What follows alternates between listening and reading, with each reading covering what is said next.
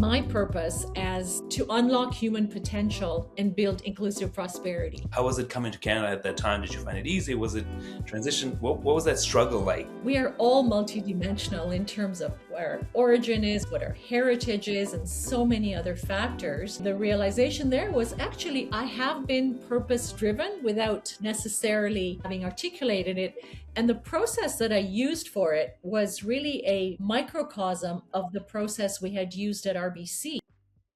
Zabeen, thank you for joining me here today. I was looking forward to having you on the podcast, and I'm glad we could finally make it work. I'm excited to be here, Gary. Always nice to be in conversation with you. So I'll start with some of the more basic things because, people will have known you in your role as CHRO at RBC. They would have known you in sort of with some of your community give back that you do and the Purposeful Third Act that we'll chat about later in the podcast. But tell us a little bit about Zabeen as the person and where you grew up and a little bit about your upbringing, because that's such a formative piece of who we are as professionals. Yeah, no, absolutely. It really is very much formative, and hopefully we'll talk about it later, but I've had a chance to really go back and reflect on it as I prepared for my Purposeful Third Act. So I was born in Tanzania, and I am of Indian heritage. My grandparents came to Tanzania, and I came to Canada at 14.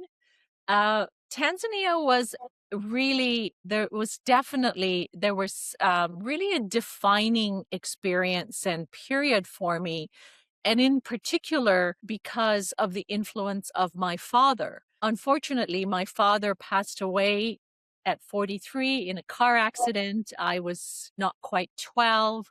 But as I've really thought about who I've become and who's had that influence, I can see how much in those 12 years my father really had to do with my character and my life. And let me get specific about it. One of the things, now keep in mind, this was the 60s, where being feminism, the advancement of women was really not mainstream at all. And while my father never used the words, he really instilled in me this belief that I should not limit my ambition just because I was a girl. And the way it played out, we have Take Your Kids to Work Day here in grade 9. Well, my father, whom I called Papa, he took me to work when I was 9, not in grade 9. And he would show me the books, and he would explain to me in very simple terms how the business worked. He would let me help him prepare the banking. We'd do the deposits together. It was a cash economy. And he would, in fact, even let me count the money when people were making payments. And I usually found the mistakes, always too little. And we'd go to the bank, and I'd be the only child in the bank. And maybe that was the beginnings of my interest in banking. But the point here is how he really treated me the same as he treated my brother. And this entrepreneurship element was something that while I spent my career in corporate, the entrepreneurial spirit is something that's really strong in me. And then the third thing that he did through how I observed him was this notion of community, of serving your community, and the idea that to those much is given, much is expected. And that is something that even today, 50 plus years later, when I run into people from my town or from Tanzania, they will tell me stories about how my father changed the trajectory of their lives. And I came to Canada. I guess I'm not stopping there. In terms of my origin story, came to Canada with a very strong, independent mom where, we started a very different life. Joined RBC, Royal Bank at the time.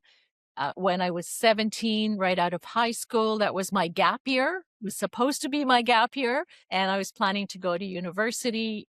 After that, long story short, I decided to stay at the bank and go to university part-time. So I went to Simon Fraser.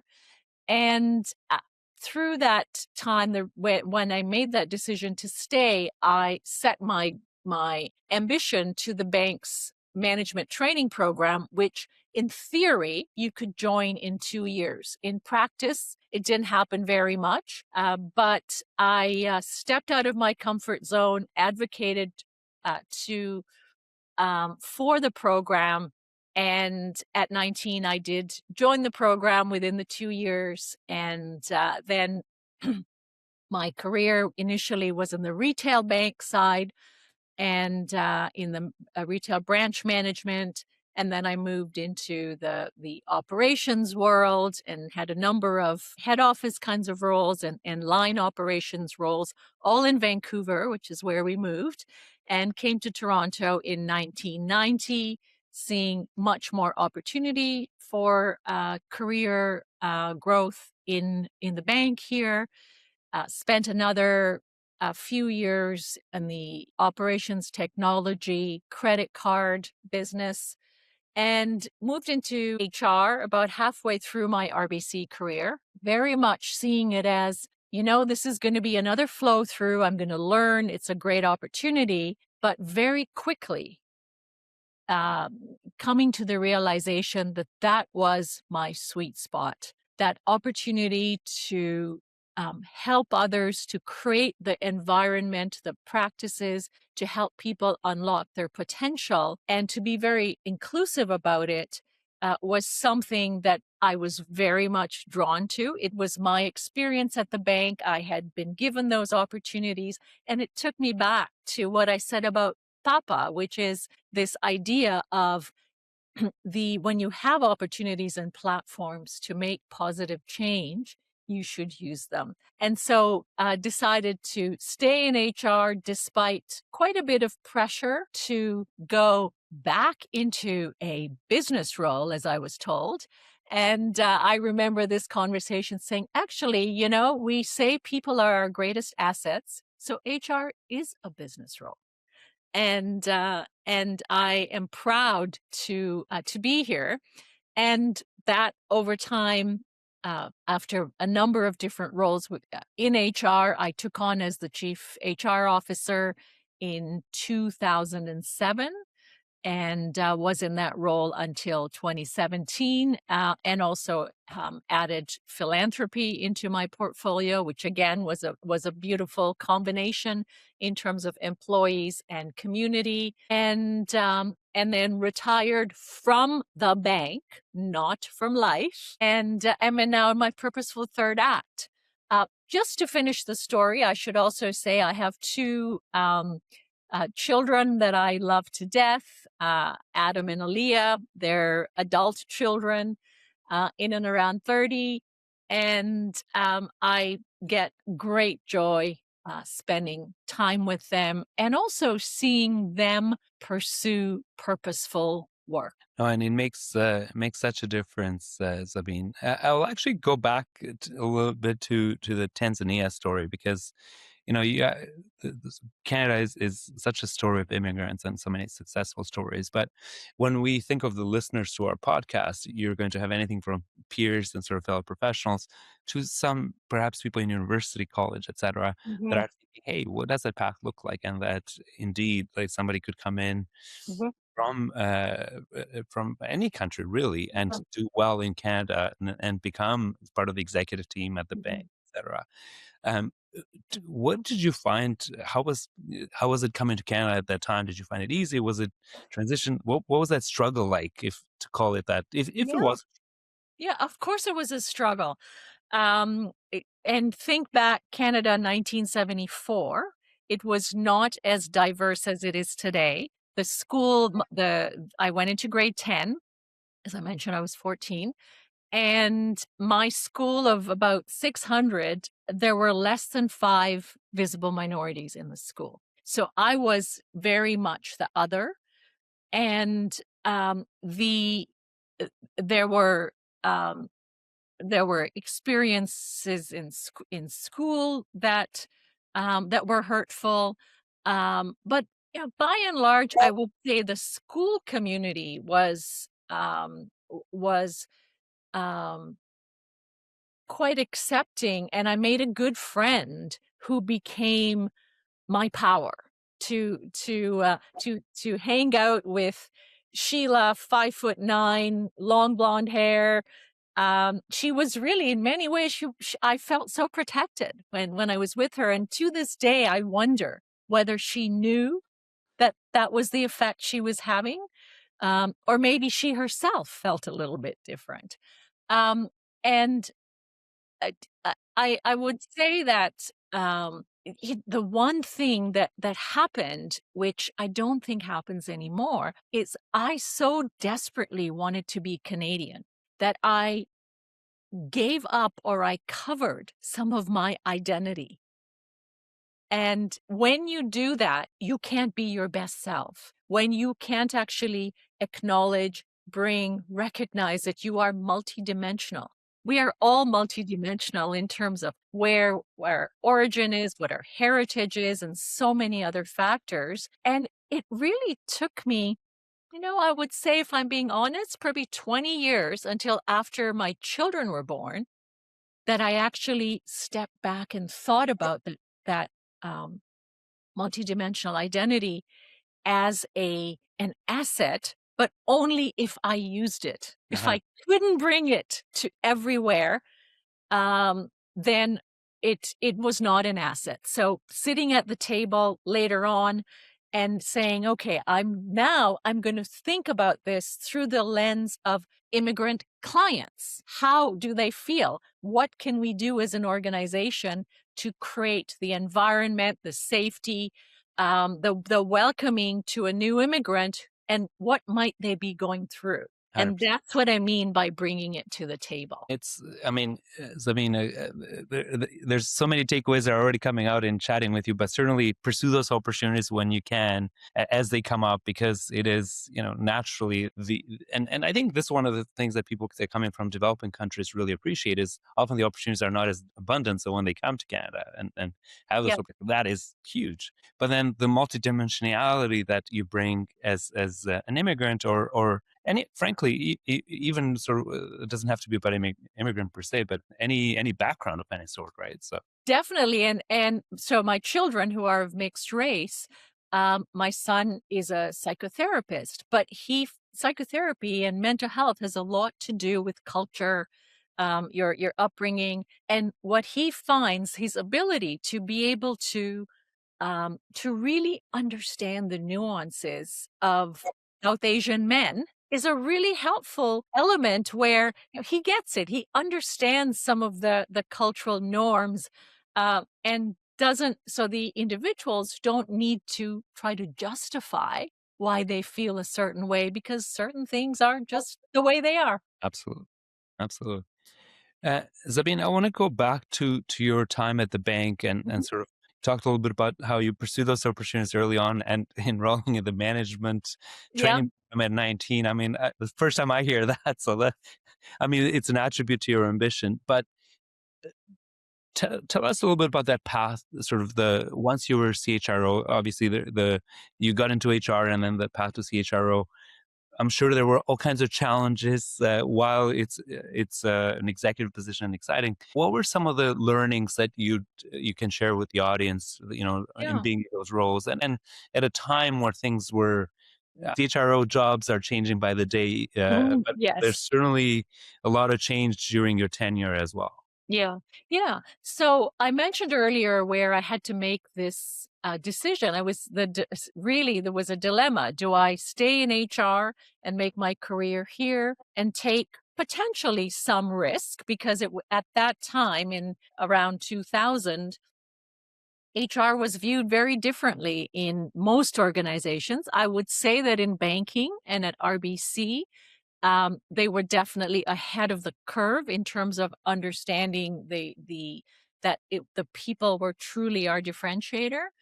But once I made that decision to stay, I went through a very deliberate thinking process, and that's certainly one of my I guess modus operandi, to really be thoughtful, both analytical and then bringing in the human aspect. But I made the decision that I would pursue difficult opportunities, that I would make it count, that the most difficult decision was deciding to stay. So now, how am I going to use that opportunity to advance certain things in the organization? One of the first pieces of work that I did, and this is before I was CHRO, was work around articulating RBC's values. We had the organization was going through a bit of a period of what next, and based on some of the things that had occurred, and we had done a number of acquisitions and some organic growth into new businesses. So we were still operating as many different businesses, not as one RBC. And the value of those acquisitions was really so that the customer got the benefit of the full RBC. And so I thought that articulating our values was the place where we could find the most alignment and the threads that bind. And knowing that we would, and there's an important lesson here, knowing that we were probably nearing the time of a new CEO coming on board, just based on how long the then CEO was in the chair. And so I started incubating this work around values. And what would it, I worked with external advisor, I did a lot of research. And the message here is it's some things are opportunistic. You know that as a business leader, it's about timing. But if you're waiting to start when the time is right, you're too late. And so I was ready for the new CEO, knowing that within the next couple of years he would take on. And so advancing the idea that values can be the glue that bind, and putting myself out there. And he was actually supportive. He understood and actually took it on as his first RBC initiative. But there were other leaders who would say, oh, come on, Zabeen, this is the soft stuff. How can this create value for the organization? We're just wasting our time and money.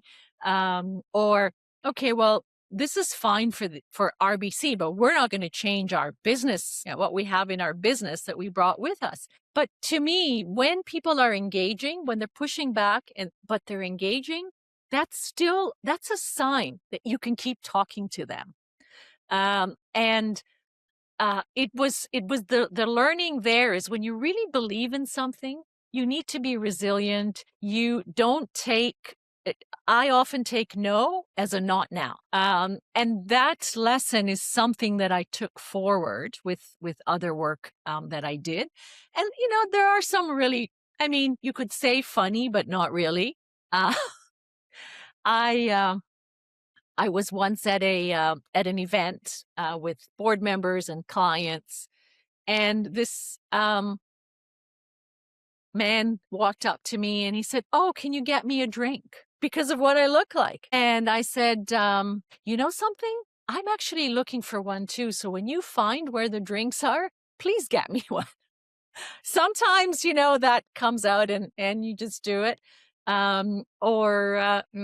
Earlier on, it's before HR, but I was in the card center, followed a man, somebody who was career credit cards business in his 60s. I was in my mid 30s. And somebody calls, he goes, "Hey, this is John Smith, former retired RBC executive. And you must be the new guy's secretary." And I said, "Well, actually, I'm the new guy. And if you could see what this guy looks like, you might be a little surprised. What can I?" Anyway, so you try to have fun where you can, and other times you just sort of, you let it go. And there are things that are generic for women. It's harder to speak up. Your ideas can be taken over by others. There's a lot of research around this. And you pick your battles carefully. You don't make a thing out of everything.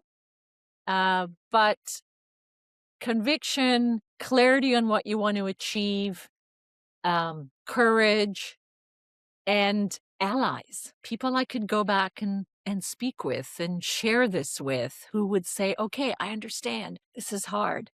Take a pause and let's come back to it. And Zabeen, I mean, you were largely in uncharted territory and sort of really pushing through, and to your point, in an area where people need a lot of convincing to understand the value of it, and that was evolving quickly.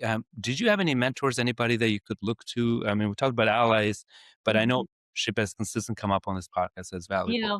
Like anybody you look to for advice? Yeah, I really like that question. So I would say the way that I think about their mentors, their sponsors, and their advisors.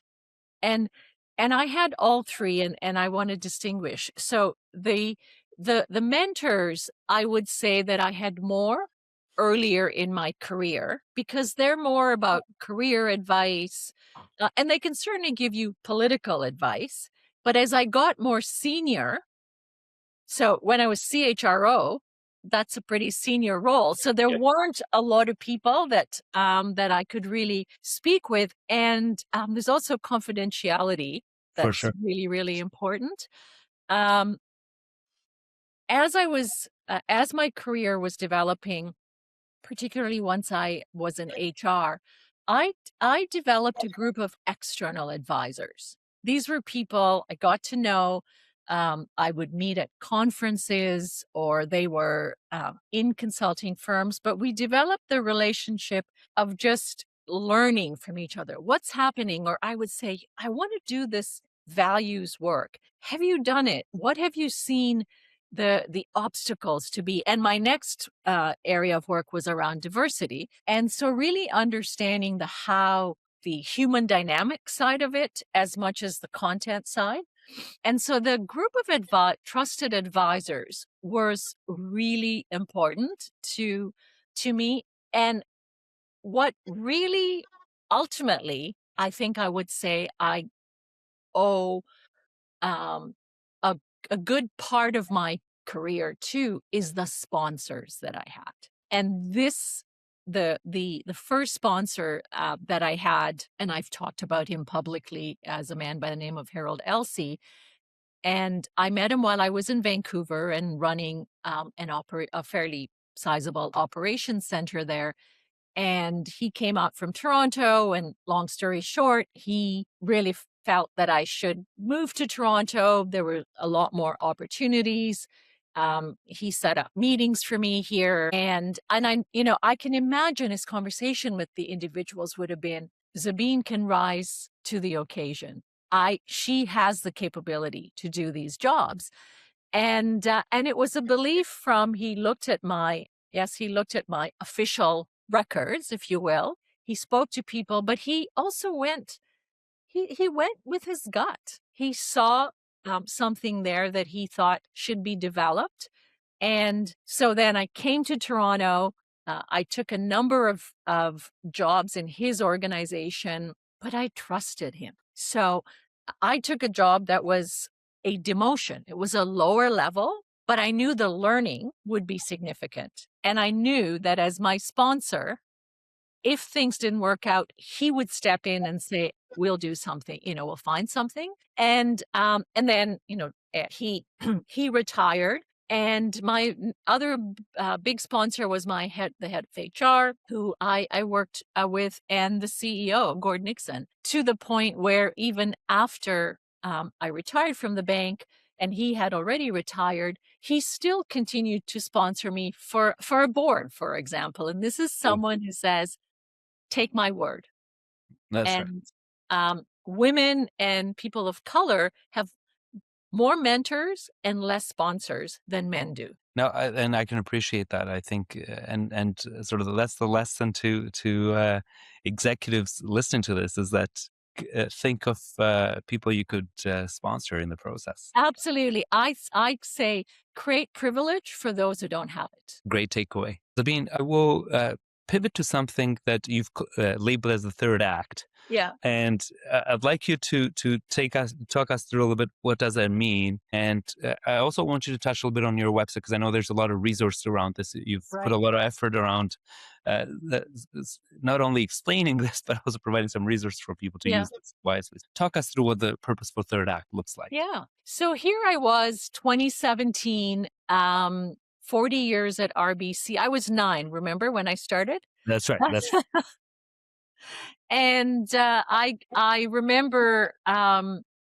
didn't really have a plan. I didn't actually want to plan it initially because I had never had time off. As I mentioned, I started right after school, so I thought I just want to have the freedom to just be and do whatever comes to mind and not have a schedule. So I woke up the day after November 1st, sitting in my kitchen with my cup of tea, looking outside, and I noticed the trees were bare, the grass was turning brown. The cedar trees were not bare yet, though. They were nice and green. But I looked at it and I thought, you know what? Spring will come. This will regenerate. And so I went from this mindset of, oh my God, am I going to fall into an abyss, to this is an opportunity for me to regenerate. And regenerate is an important distinction from reinvent, because I am not a new, different person. I am just a version of me that maybe was not ever present, but it is, it comes from those roots, comes from that DNA, and we talked about my early childhood. And so very quickly I thought, okay, how do I move forward? And I went from what do I want to do to who do I want to be? Now that's hard. You have to really look inside. You have to be very honest with yourself, because it takes you to who have I been? That's where you start. And I must give credit to Jane Fonda here for inspiring me. That's work that she's done and spoken about very eloquently before people were talking about third acts. She has a great TED Talk for anyone that's looking for resources. And I worked with experts. I mean, I took this very seriously. I took this with the same seriousness as I would at the bank. I wanted to optimize the impact and the outcomes of how I was going to spend my time. I was not looking to be busy or to fill time. I realized what I was looking for was to make impact, to continue learning, and to have more joyous moments in my life. Absolutely. And so I where I landed was through that process, and it was a good 6 months that I took, because you work on it, then you step back, you reflect, you maybe even go away where you can be on your own. And I landed on my purpose as to unlock human potential and build inclusive prosperity. Now, interestingly, while I had never articulated that at the bank, but the second half of my career was really about that. Absolutely. Right. And so in a way, the realization there was actually I have been purpose driven without necessarily being, having articulated it. And the process that I used for it was really a microcosm of the process we had used at RBC to do the same thing: purpose, values, vision. And I mentioned values earlier, and this was a refresh, and I had led the process. And so I really took that and said, okay, I'm going to do that with and on myself.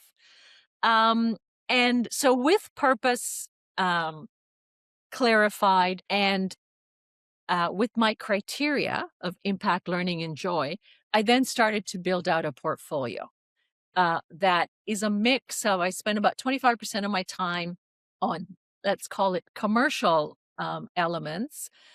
As you know, I'm an advisor at Deloitte, but the work I do is on human capital, people, impact, performance, well-being. So very much purpose and values aligned for me. So the synergies is something I really look for. I'm an advisor to a HR recruiting AI-based organization, Naukri. Again, very much it's about inclusion. It's about getting the best talent. It's about reducing bias. I know that sounds maybe a little contradictory with AI, but they've done things to actually reduce bias. And then built out my pro bono portfolio, which is advising governments, universities, for profits, engagement. And I have a plan. I know it's a bit nerdy maybe, but it's back to, as somebody coming out of business, and again, you can think of yourself 20 years hence, where I wanted to be smart about how I was doing it. And for me, that actually is not stress. It's de-stressing when you have a plan and you're carrying it forward. And it's very flexible. And look, there are things I do because I like the person. Not everything fits perfectly. And there's constant turnover of the things that I'm doing, and adding and subtracting to keep things fresh and to keep me learning and to make sure that they remain joyful, because over time, sometimes things don't. I think it's a powerful takeaway, Zabeen, because you have a lot of people that plan for that, sort of former executives, entrepreneurs that think, okay, what do I do next? Or post an exit or post a senior role, and that thinking that through, and it's not just going to be, I'm going to play golf all day, because that's going to get old quickly. And that for some people, that's, they may be passionate enough that they can do golf all day and they're happy, and then that's no problem. But there is an opportunity to do more, and that thinking through and regenerating themselves, and sometimes perhaps reinventing can also be important. Yeah, for sure. And I do, you're bringing to mind something really important that I should touch on.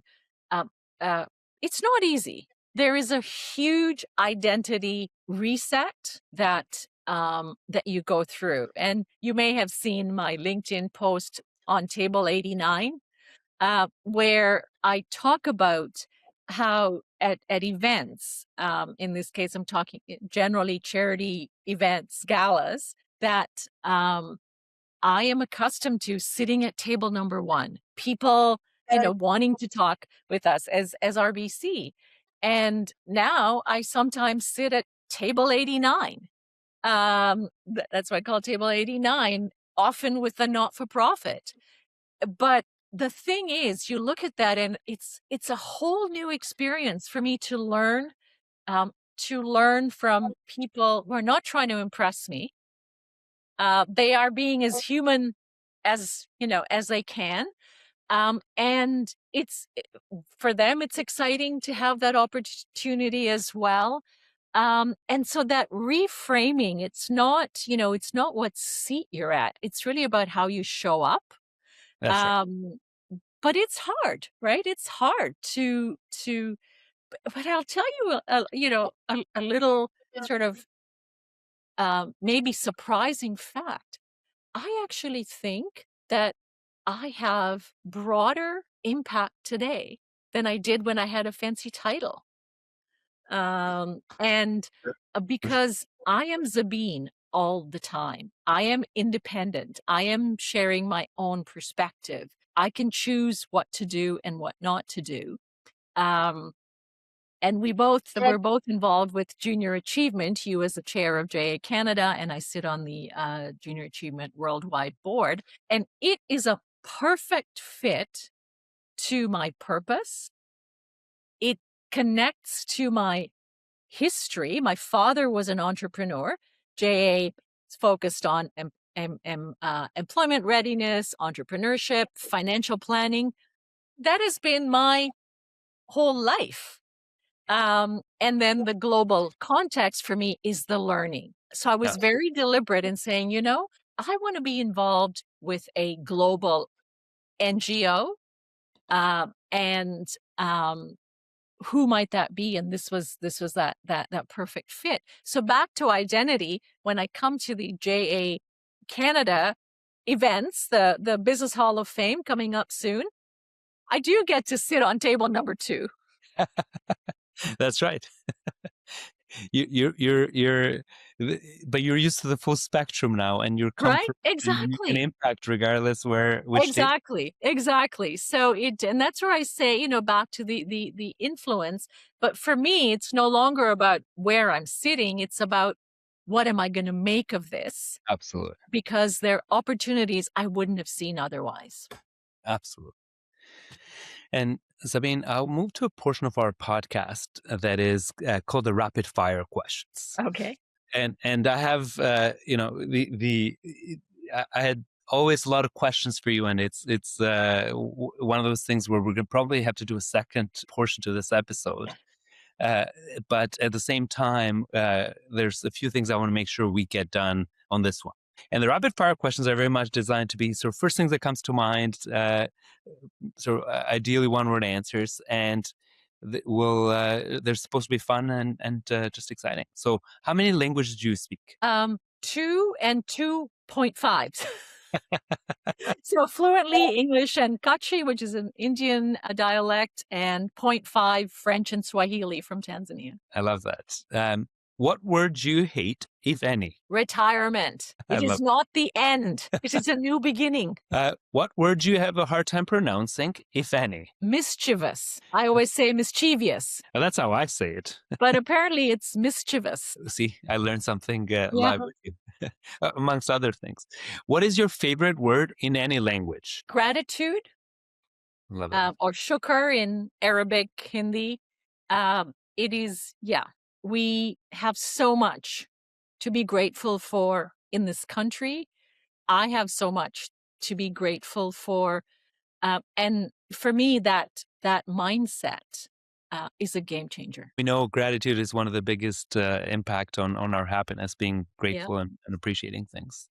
And the last one, and just as important, what's one word to describe yourself by? Curious. I was hoping you'd use another word that your daughter had picked out for you, but I'll take curious because it's also definitely not. Yeah, I asked some of my friends to also tell me what they thought, and curious showed up. And I will, since you are an AI based company, I did ask ChatGPT how they would describe me, because of course, I do use it, and they said curious. Okay. So this time it was right. The last time I asked them what my hidden talent was, and they said karaoke, and I cannot carry a tune. I can barely sing "Oh Canada." But maybe it's something to get into in the Purposeful Third Act, Zabeen. I think this, I have good self-awareness. It's not going to happen. Well, Zabeen, I appreciate you joining me here on the podcast. It's been a lot of fun having you here today, and there's certainly a lot of takeaways for our audience. Well, thank you so much for inviting me. It's always a pleasure to share experiences, because I learn from it as well. It helps me crystallize, refine what's important to me and how I'm living my life, because it's a journey. This Purposeful Third Act is not every day. It's about thinking about it. How am I going to spend my day today? And this kind of thing is super helpful. And it's always lovely to have a chance to speak with you, Gary. Same here. Well, thank you again.